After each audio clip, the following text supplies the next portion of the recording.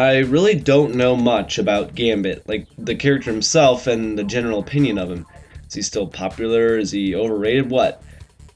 So, considering my lack of information on the Ragin Cajun, so fun to say, I figured Gambit Classic Volume 1 would be an interesting, informing read. And I certainly got what I expected out of it, namely an interesting, informing read. The book is made up of two arcs, President Uncanny X-Men number 265 through 267, and Gambit number 1 through 4, one dealing with, fairly obviously, Storm, and another in which we learn more about Remy LeBeau's life and his ties to two New Orleans guilds. The latter is certainly more over the top, and evidence that Gambit was once popular, or at least Marvel thought he was. I mean, he could have been, and still could be. Anyways, that first arc is written by Chris Claremont, and penciled by a different artist for each of the three issues, Bill Jaska, Mike Collins, and the always fantastic Jim Lee. The generalized 90s art style is in full force here, with its at times sketch-like quality and, contrastingly, certain polished characters.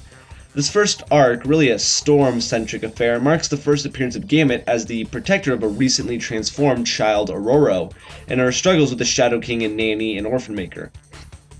Gambit's characterization here is really just awesome, yet another X-Men character we can attribute to Claremont.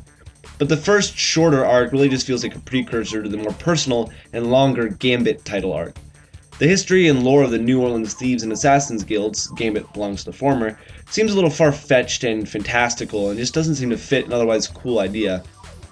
I guess this can be blamed on writer Howard Mackey, but otherwise his efforts are pretty good. Despite the out-of-place circumstances surrounding it, Gambit's personal dilemma is felt to be genuine and executed well.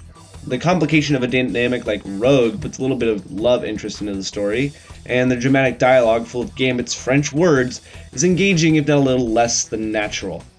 But if there's one undeniable writing plus in the second arc, it's Gambit's opposition.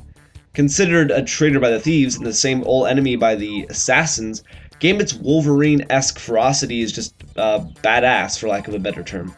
It helps that his actions are quite well articulated by penciler Lee Weeks, whose art looks a little inconsistent, but good regardless.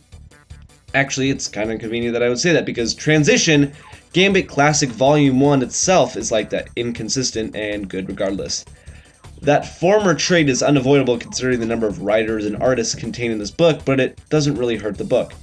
It gives certain parts more power because, frankly, they're better than others.